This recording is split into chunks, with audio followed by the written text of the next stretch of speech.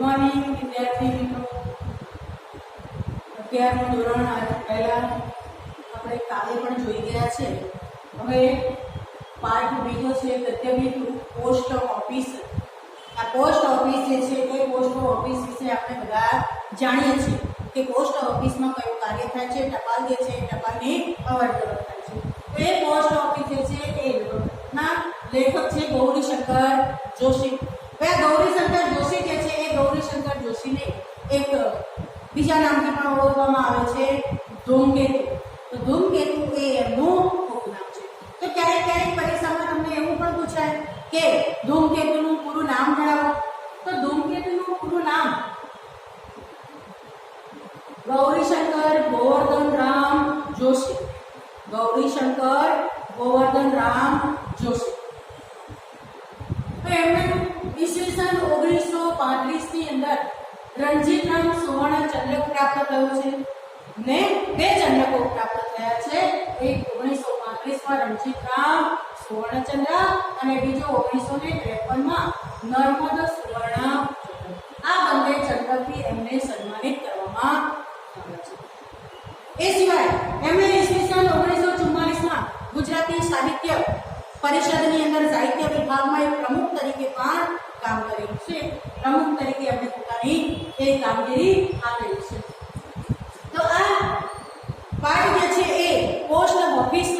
તો એ પોસ્ટ ઓફિસની અંદર જે અલી નામનો વ્યક્તિ એક શિકારી છે. નાનપણમાં એટલે કે યુવાન વયે એણે ખૂબ જ એ શિકારી હતો એટલે એણે શિકાર કર્યા છે. પણ અહીંયા જીવન સંધ્યાએ જ્યારે પહોંચ્યો છે ત્યારે એ જીવન સંધ્યાની ઉતરતી અવસ્થાએ એની કઈ દશા જે છે એ અહીંયા પાઠની અંદર આપેલી છે. તો તેને વોચમેન અલી ડોસો, એનું નામ છે વોચમેન અલી ડોસો. એટલે કે વોચમેન એટલે કે જે ગાડી હાંકે ચલાવે એને વોચમેન કહેવાય. તો આ અલી ડોસો જે છે એને અલી વોચમેન તરીકે ઓળખે છે. પણ એ જ્યારે ઉતરતી અવસ્થાએ વૃદ્ધ અવસ્થાએ એ જ્યારે આ પાઠની અંદર એના વિશે જ્યારે જણાવ્યું છે ત્યારે એ કયા સમયની વાત કરી છે કે શિયાળાનો સમય છે. અને એ શિયાળાના સમયની અંદર આ ઉતરતી અવસ્થાએ આ અલી ડોસાની સ્થિતિ છે એ અહીંયા પાઠની અંદર આપેલી છે. તો સવારના પહોરમાં અને શિયાળાના સમયમાં એ સવારનો પહોર જે છે એ પહોરની અંદર ઠંડી જે છે ઠંડી ખૂબ જ વધારે હોય અને એ સમય જે છે ત્યારે કાતિલ ઠંડી પડેલી છે કે આખું શરીર જે છે ધ્રુજાવી નાખે એવી ઠંડી ત્યારે પડી રહી છે. ત્યારે આ અલી ડોસો જે છે વૃદ્ધ ડોસો ફાડેલા કપડાં પહેરી જૂના ગયેલા કપડાં પહેરી એ સડક પર ચાલતો હોય છે. ત્યારે સવારનું વાતાવરણ કેવું હોય છે કે સવારના શિયાળાનો સમય જે છે શિયાળાના સમયમાં સવારે વહેલા 5 વાગે તો એ જ્યારે રસ્તા પર સડક પર એ ધ્રુજતો કારણ કે ફાટેલા કપડાં પહેર્યા હોય જૂના કપડાં અને પોતાનું શરીર જે છે વૃદ્ધ શરીર છે માટે એ ઠંડી સહન કરી શકે. તો એ સડક પર ધ્રુજતો એ આગળ જઈ રહ્યો છે, પસાર થઈ રહ્યો છે. ત્યારે લોકોના ઘરમાં ક્યાંક ઘંટી જે છે અનાજ દળવાની ઘંટી જે છે એનો ક્યાંક અવાજ આવે છે. ક્યાંક નાના છોકરાઓ રડતા હોય એનો અવાજ આવે છે. કોઈકના મકાનમાં એટલે કે કોઈકના ઘરોમાં શાંતિથી ઊંઘતા હોય તો લસકોડાનો અવાજ પણ સંભળાય છે. એવા સમયે આ અલી ડોસો જે છે એ સડક પર ચાલતો એ રીતે પસાર થાય છે. ત્યાં આગળ જતા એને એક રોનકદાર મકાન દેખાય છે. સડક પર ચાલતા એ આગળ પહોંચે છે ત્યારે એક મોટું રોનકદાર મકાન જે છે એ મકાન એની નજર સમક્ષ આવે છે અને જોઈને ખુશ થઈ જાય છે. તો એની જે લાકડાની કમાન છે એ જે મકાન જે છે એ મકાન છે ઘુમટ જેવું કમાન જેવું છે એ જોઈને આ અલી ડોસો જે છે ખૂબ જ ખુશ થઈ જાય છે. કારણ કે જે રસહીન મકાન જે છે રોનકદાર મકાન જે છે એ કેવું એ શું છે પોસ્ટ ઓફિસ છે. અને આ પોસ્ટ ઓફિસનું મકાન જ્યારે જોવે છે ત્યારે આ અલી ડોસો ખૂબ ખુશ થઈ જાય છે. ને મકાન જે છે એ મકાનમાં આગળ એક જૂનું પુરાણું પાટિયું છે અને જૂના પુરાણા પાટિયા ઉપર એ અક્ષરો છાપેલા છે પોસ્ટ ઓફિસ. ત્યાં પોસ્ટ ઓફિસ લખેલું છે છતાં પણ એ ત્યાં જઈને એકબીજાને પૂછે છે કે પોસ્ટ ઓફિસ ક્યાં આવી. પણ અંદર જ્યારે પહોંચે છે ત્યારે પોસ્ટ ઓફિસ ઓટલા ઉપર આવી ઠંડીમાં, કાતિલ ઠંડીમાં ધ્રુજતો એ બહાર ઓટલા પર બેસે છે. પણ અંદર પોસ્ટ ઓફિસની અંદર જે વ્યક્તિઓ જે છે એ કારકુનો છે, સુપ્રિન્ટેન્ડન્ટ છે, ગુમાસ્તો એટલે કારકુન. આ જે બધા વ્યક્તિઓ જે છે અંદર ટપાલી જે છે એ બધા અંદર ઘૂસપૂસ કરતા હોય છે, એટલે કે અંદર પોતાની કામગીરી જે છે એ કામગીરી માટે ચર્ચા કરતા હોય છે. ચર્ચા કરતા કરતા ત્યાં પોલીસ સુપ્રિન્ટેન્ડન્ટ જે છે એ પોલીસ સુપ્રિન્ટેન્ડન્ટ અવાજ કરે છે. ડોસાનું નામ લે છે અલી ડોસો. અને પાછા આ ડોસો જે બહાર ઓટલા પર બેઠો છે એ ચમકે છે કે મને બોલાવ્યો એમ કરીને ચમકે છે. પણ વળી એ દરવાજા બહાર આવીને ઉભો રહે છે ત્યારે એમને ત્યાં અલી ડોસો જે છે અલી ડોસાને ફક્ત મસ્કરી નિષ્ઠુર હાસ્ય જવાબમાં બીજું કઈ મળતો નથી. અંદર કારકુનો છે, સુપ્રિન્ટેન્ડન્ટ છે, ટપાલીઓ જે છે બધા આ અલી ડોસાને જોઈને એ હાસ્ય કરે છે. અલી ડોસો જે છે એ અલી ડોસો એ જ્યારે યુવાન હતો ત્યારે એ શિકારી હતો. એ શિકાર કરતો હતો તો એની જે શિકાર કરવાની જે દ્રષ્ટિ એની બાજ નજર હતી કે નાનામાં નાનું ખેતર જે છે એ પણ જો ક્યાં ઝાડમાં છુપાઈ ગયું હોય તો એની દ્રષ્ટિથી એ બચી શકે એવી એની દ્રષ્ટિ હતી. તો એ યુવાનમાં એ જ્યારે યુવાન હતો ત્યારે યુવાનીમાં ઘણી બધા શિકારો કર્યા એણે. અને એ શિકાર કરતા કરતા એ પક્ષી હોય કે કોઈ પણ હોય તો એના જે બચ્ચા જે ટળવાતા હોય તો એને જોઈને આનંદ આવતો. તેતર જે છે તેતરને દોડવાની જે સ્પીડ એની ગતિ જે છે ખૂબ જ વધારે હોય કે તમારી નજર સામે તમે અત્યારે જોયું હોય પણ એક જ સેકન્ડની અંદર એ ક્યાંક અદ્રશ્ય થઈ જાય તમને ખ્યાલ આવે. છતાં પણ એ તેતરનો શિકાર કરતો. અને તેતરના નાના બચ્ચાઓ જે છે એ જ્યારે એ ટળવળતા હોય ત્યારે એ બચ્ચાને જોઈને એ આનંદ હતો. એ વખતે એને આનંદ આવતો હતો. અને આ જે અલી જે છે એ અલીને શિકાર કરવું એને મન એક નશા જેવું થઈ ગયું કે અફીણ લેનાર વ્યક્તિ કે જેને અફીણની ટેવ પડી ગઈ છે, અફીણ જે છે એને અફીણ વગર ચાલે એમ આ અલી જે છે એ પણ એક શિકારી એ અફીણ જેવો બની ગયો હતો. એને નશા વગર એટલે કે શિકાર કર્યા વગર ચાલે નહીં. તો આ શિકાર જે છે એ શિકાર કર્યા વગર એને ચાલતો નહોતો. માટે અલી જે છે હંમેશા શિકાર કરતો અને શિકાર કરી અને એનો આનંદ લેતો હતો. પણ સમય જતા જ્યારે એ જીવન સંધ્યાએ પહોંચે છે, અલી ડોસો જે છે પોતાની દીકરી સાથે રહેતો હોય છે. એ દીકરીનું નામ મરિયમ છે. દીકરી નાની છે એને ઉછેરીને એ મોટી કરે છે. હવે એ દીકરી જે છે એ દીકરીને જ્યારે જેમ મોટી થાય છે તેમ એ દીકરીને પરણાવીને સાસરે મોકલે છે. ત્યારે આ અલી શિકારી જે છે એની ઉંમર વધી ગઈ છે કે એ જીવન સંધ્યાએ પહોંચ્યો છે. હવે જ્યારે જીવન સંધ્યાએ પહોંચ્યો છે, પોતાની દીકરી જે છે એ દીકરીને પરણીને સાસરે મોકલી દીધી છે, ત્યારે એની દિશા બદલાય છે. એણે શિકાર કરવાનું છોડી દીધું છે. કેમ છોડી દીધું છે કે હવે પોતાની દીકરી જે છે એ પોતાનાથી અલગ થઈ ગઈ છે. તો પોતાનાથી દીકરી અલગ થઈ ગઈ છે તો એ વિરહ જે છે એ વિરહ એ શું છે એ પોતે આજે સમજી શકે છે. દીકરી જે છે એ દીકરીને દૂર પરણાવી છે. એટલે કે દીકરી જે છે એ દીકરીનો જન્મ એનો પતિ જે છે એ પંજાબમાં લશ્કરમાં છે. તો આ દીકરી જે છે એ પણ પોતાના પતિ સાથે પંજાબ તરફ ગઈ છે. હવે એ પોતે પંજાબ તરફ ગઈ છે તો અલી પાસે એ રહી શકતી નથી. ઘણા વર્ષો વીતી ગયા, 5 વર્ષ વીતી ગયા, પણ આ પોતાની દીકરી જે છે એ દીકરીના કોઈ સમાચાર મળ્યા.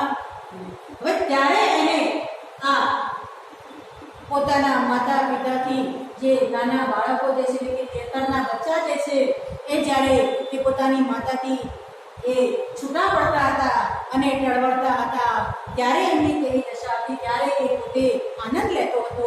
ત્યારે એની દશા કેવી હશે એ આજે એને સમજાય છે. એ સ્નેહ અને વિરહ, તો કે સ્નેહ શું છે અને વિરહ શું એની સમજ એને પોતાની દીકરીના સમાચાર ન મળતા એ સ્થિતિમાં જ્યારે તે મુકાય છે ત્યારે એને સમજ પડે છે. માટે હવે તે શિકાર કરવાનું છોડી દે છે.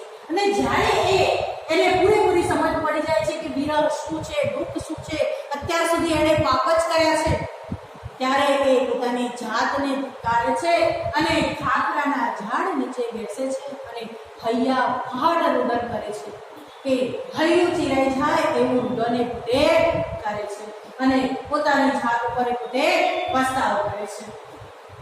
ત્યાર પછી એનું એક લક્ષ્ય, એનું કાર્ય જે છે એક જ રહી ગયું છે કે પોતાની દીકરી જે છે એ દીકરીનો કાગળ આવે અને એ પોતે એ દીકરીના સમાચાર લે, પણ દીકરીના આ દિન સુધી કોઈ સમાચાર છે. એટલે એણે એક નિત્યક્રમ બનાવ્યો. રોજ સવારે વહેલા ઉઠી ચાલતા ચાલતા આ પોસ્ટ ઓફિસના મકાને જઈ બેસવાનું. કઈ આશાએ કે કદાચ પોતાની દીકરી મરિયમનું કાગળ આવે. એ આશાએ રોજ સવારે તે આ પોસ્ટ ઓફિસના મકાન આગળ, દરવાજા આગળ, ઓટલા ઉપર આવીને બેસે. તો રસહીન મકાન જે છે કે પોસ્ટ ઓફિસનું મકાન કે એટલું બધું રસવાળું નથી કે લોકોને કામ ના હોય છતાં તેને ઓટલા પર જઈને બેસો તો તમને આનંદ આવે, એવું કોઈ મકાન છે? એ રસહીન મકાન છે, છતાં પણ અલી માટે કેવું બની ગયું છે? તીર્થ સ્થાન બની ગયું છે, ધર્મ ક્ષેત્ર બની ગયું છે. ત્યારે રોજ સવાર પડે અને આપણે મંદિરે દર્શન કરવા જઈએ એમ આ અલી ડોસો જે છે એ પણ રોજ સવાર પડે અને આ પોસ્ટ ઓફિસના મકાને ત્યાં પહોંચી જાય છે. રોજ સવારે 5 વાગે ત્યાં પહોંચી જવું. એ ઓફિસની અંદર કારકુનો જે છે, સુપ્રિન્ટેન્ડન્ટો છે, એ ટપાલી જે છે એ પોતપોતાનું કામ કરે છે, ટપાલને વિતરણ કરે છે, અલગ અલગ વિભાગના એને વિભાજન કરે છે, વિતરણ કરે છે અને આ પોતપોતાનું કામ કરતા કરતા એ આ અલી ડોસો જે છે એ રોજ સવારે અહીંયા આવે છે. માટે એની આ પોસ્ટ માસ્ટર જે છે એ પોસ્ટ માસ્ટર એના વિશે ચર્ચા કરે છે કે આ ગાંડો કોણ છે કે રોજ સવાર પડે અને એ અહીંયા આવી જાય છે, કે આ કોણ છે? ત્યારે અંદર કાર્ટૂન જે છે એ કહે છે કે આ તો એક ગાંડો છે. તો હવે જ્યારે એ ચર્ચા નીકળી છે કે આ તો એક ગાંડો છે, રોજ સવારે પોતાની દીકરીના એ કાગળની રાહ જુએ છે અને રોજ સવારે પોતાની દીકરીનું કાગળ લેવા માટે આવે છે અને પછી કાગળ ન આવતા નિરાશ થઈને પોતાને ઘરે પાછો જાય છે. એની ચર્ચા થાય છે. ત્યારે હવે જ્યારે ગાંડાની વાત નીકળી ત્યારે એ પણ ચર્ચા થાય છે કે આ અલી ડોસો જે છે એ શિકારી હતો, એણે ખૂબ શિકાર કર્યા છે, એટલે એણે ખૂબ પાપ કર્યા છે. ત્યારે એ પોસ્ટ માસ્ટર એમ કહે છે ત્યારે તો જે કર્યા છે એ ભોગવવા પડે છે. એ કામ જે આપણે કરીએ છીએ એ કામ આપણે અહીંયા જ ભોગવવા પડે છે. જો પાપ કર્યું છે તો એનું ફળ પણ ભોગવવું પડે છે, સારા કર્મ કર્યા છે તો એ સારા કર્મનું ફળ પણ અહીંયા જ મળે છે. માટે કહે છે કે એણે અત્યાર સુધી જે પાપ કર્યા છે એનું ફળ એ અત્યારે ભોગવી રહ્યો છે. હવે ગાંડાની વાત નીકળી ત્યારે ગાંડાનું પુરાણ થયું કે કોઈ પણ ઓફિસ જે છે એ ઓફિસની અંદર કોઈ મુદ્દા વિશે ચર્ચા થાય તો 5-10 મિનિટ સુધી એની ચર્ચા ત્યાં ચાલે કરે. તો ગાંડાના પુરાણની ચર્ચા નીકળી કે એક ગાંડો હતો. એ ગાંડો શું કરતો હતો તો કે એક ગાંડો જે છે એ રસ્તા પર બેસી રેતીનો ઢગલો જ કર્યા કરે, ઢગલા જ કર્યા કરે. બસ આખો દિવસ એનું એક જ કામ કે એ આખો દિવસ ઢગલા કર્યા કરે. તો કે એક બીજો ગાંડો એવો છે કે નદી કાંઠે જાય અને એ નદી કાંઠે જઈ એ પથ્થર જે છે પથ્થર ઉપર પાણીને નદીમાંથી પાણી લે અને એ પથ્થર ઉપર પાણી રેડે. બીજો એક ગાંડો એવો છે કે આગળ પાછળ ચાલ્યા કરે, ઘડીકમાં આગળ જાય, ઘડીકમાં પાછળ આવે, ઘડીકમાં આગળ જાય, ઘડીકમાં પાછળ આવે અને પોતાની મસ્તીમાં એ કવિતા ગાયા કરે. બીજો એક ગાંડો એવો પણ છે કે પોતાને ગાલે લપાટો જાતે મારે, થપાટો પોતાની ગાલ ઉપર પોતાની જાતે જ મારે અને રડ્યા કરે અને કોઈ બીજાએ માર્યું છે એમ કરીને એ રુદન કર્યા કરે, રડ્યા કરે. આ બધા ગાંડાઓ જે છે એ ગાંડાઓની ચર્ચા ચાલી કે ગાંડો જે છે રસ્તા ઉપર ફર્યા કરતો. આવા બધા ગાંડાઓ જે છે ગાંડાઓની ચર્ચા ચાલે. ફરી પાછું ઓફિસની અંદર પોતપોતાના કાર્ય કરવા માંડ્યા. એ કાર્ય પોતાનું પૂરું થતા ફરી જો આ અલી ડોસાની દીકરીનો કાગળ જો ન મળે તો નિરાશ થઈને ફરી પાછો જાય. પણ આ જે પોસ્ટ ઓફિસ જે છે એ પોસ્ટ ઓફિસમાં જે કંઈ કર્મચારી કામ કરે છે એ કર્મચારીમાં કોઈ પણ માણસ એવો નહોતો કે આ અલી ડોસાની સ્થિતિ સમજી શકે. તો આ અલી ડોસો જે છે એ અલી ડોસાના હૃદયમાં એની સ્થિતિ શું છે એ કોઈ સમજી શકે તેવું, એની પ્રત્યે સહાનુભૂતિ દાખવી શકે એવું કોઈ હતો નહીં. એમાં એક કારકુન જે છે તે એક વ્યક્તિ સારો હતો કે એ પણ છતાંય એ વખતે એણે એ અલી ડોસાની સ્થિતિને સમજી શક્યો નહીં. એક વખતે એવું થયું કે પોસ્ટ માસ્ટર જે છે એ પોસ્ટ માસ્ટર પોતાના ગામે જવા માટે ઉતાવળમાં હતા. કોઈ પણ વ્યક્તિ એટલે કે સરકારી કર્મચારી જે પોતાના કામ માટે જવા માટે એ નીકળ્યા હોય ત્યારે કોઈ વ્યક્તિ આવીને એમને રોકે તો એમને ગમે નહીં. તો અહીંયા પણ એવું બન્યું કે પોસ્ટ માસ્ટર જે છે એ પોસ્ટ માસ્ટર પોતાના ગામ જવા નીકળ્યા હતા. ત્યાં જ અલી ડોસો આવે છે અને પૂછે છે, સાહેબ મારી દીકરીનો કાગળ છે, મારી મરિયમનો કાગળ છે એવું પૂછે છે. ત્યારે પોસ્ટ માસ્ટર જે છે એ પોસ્ટ માસ્ટર ગુસ્સે થઈ જાય છે અને એમને બે ત્રણ વાક્યો સંભળાવી દે છે કે તમારી દીકરીનું નામ અહીંયા નોંધી રાખ્યું છે, દીકરીનું નામ મરિયમ છે કે તમારી દીકરીનું નામ અહીંયા નોંધી રાખ્યું નથી કે મરિયમનો કાગળ આવ્યો છે. તો બિચારો અલી ડોસી જે છે એ અલી ડોસો એમ કહે છે, સાહેબ નોંધી રાખો ને, ના રાખ્યું હોય તો કે પોતાની દીકરીનું નામ નોંધી રાખો ને. ત્યારે આ પોસ્ટ માસ્ટર વધારે ગુસ્સે થઈ જાય છે અને ચાલી જાય છે. ત્યારે ડોસો ફરી નિરાશ થઈને પોતે પાછો આવે છે. પણ અલી ડોસાને પોતાની દીકરી જે છે એ દીકરીની વધુને વધુ ચિંતા થાય છે. એક બાજુ પોતાનું વૃદ્ધ શરીર જે છે હવે પોતાને સાથ આપતો નથી. ધીરે ધીરે પોતાની સ્થિતિ જે છે એ પણ હવે કથળતી થાય છે. હવે એને એમ થાય છે કે હવે હું અહીંયા આ પોસ્ટ ઓફિસે આવી શકીશ નહીં. માટે એ ચાલતો એ એક કારકુન તરફ જાય છે અને એ કારકુનને કહે, ત્યાં જઈને ઊભા રાખીને કહે છે કે સાહેબ આ મારી પાસે આ ગીની એટલે સિક્કો, સોનાનો સિક્કો પોતાના ખિસ્સામાંથી એ સોનાનો સિક્કો કાઢે છે અને એ કારકુનને આપે છે. લો આ સોનાનો સિક્કો 5 ગીની એ સોનાનો સિક્કો આપે છે.